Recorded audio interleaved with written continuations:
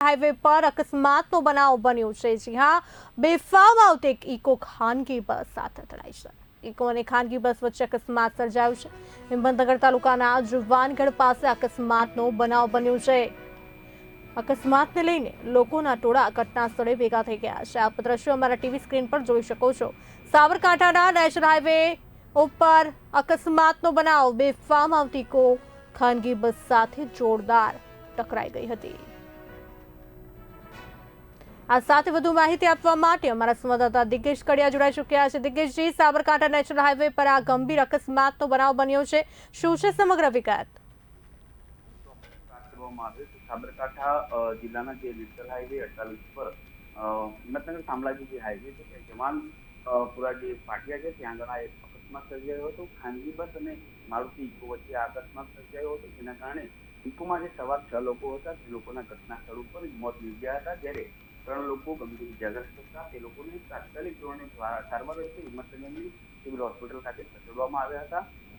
જે અકસ્માત હતો જે ગંભીર હતો, જેના કારણે ટ્રાફિક જામ થઈ ગયો હતો। ઘટના સ્થળ ઉપર પોલીસનો કાફલો પણ આવી ગયો હતો અને જે આગળની કાર્યવાહી છે પોલીસ દ્વારા તે હાથ ધરવામાં આવી હતી। મૃતકો છે તે મૃતકોને હિંમતનગર સિવિલ હોસ્પિટલમાં પોસ્ટમોર્ટમ અર્થે લઈ જવામાં આવ્યા છે અને પોલીસ દ્વારા આ અંગેની આગળની કાર્યવાહી જે છે તે હાથ ધરવામાં આવી રહી છે।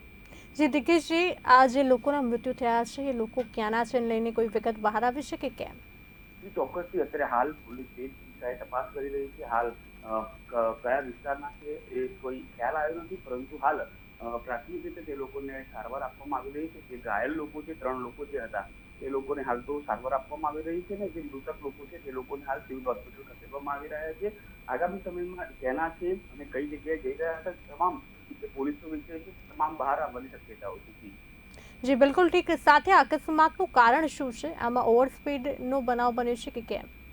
જે ચોક્કસથી વાત કરવામાં આવે તો જે લક્ઝરી બસ હતી, ખાનગી બસ હતી, તે અને ઇકો કાર ચાલક બંનેની બેદરકારીના કારણે સામસામે ટકરાયા હતા, જેના કારણે આ ગમખ્વાર અકસ્માત જે છે તે સર્જાયો હતો। એટલે ચોક્કસથી કહી શકાય કે વાહન ચાલકો જે બંને વાહન ચાલકો હતા તે લોકોની ગંભીર બેદરકારી હોવાની ઘટના જે છે તે સામે આવી છે। ગંભીર બેદરકારીના કારણે આ નિર્દોષ જે 6 લોકો હતા તે લોકોના મોત નીપજ્યા છે।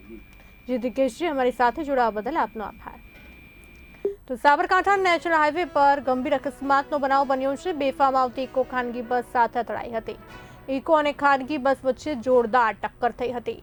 હિંમતનગર તાલુકાના જુવાનગઢ પાસે અકસ્માત સર્જાયો હતો।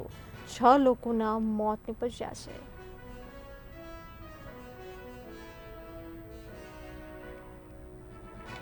અકસ્માતમાં 6 લોકોના કરુણ મોત થયા છે। અકસ્માતને લઈને પોલીસ દ્વારા આગળની તપાસ હાથ ધરાઈ રહી છે।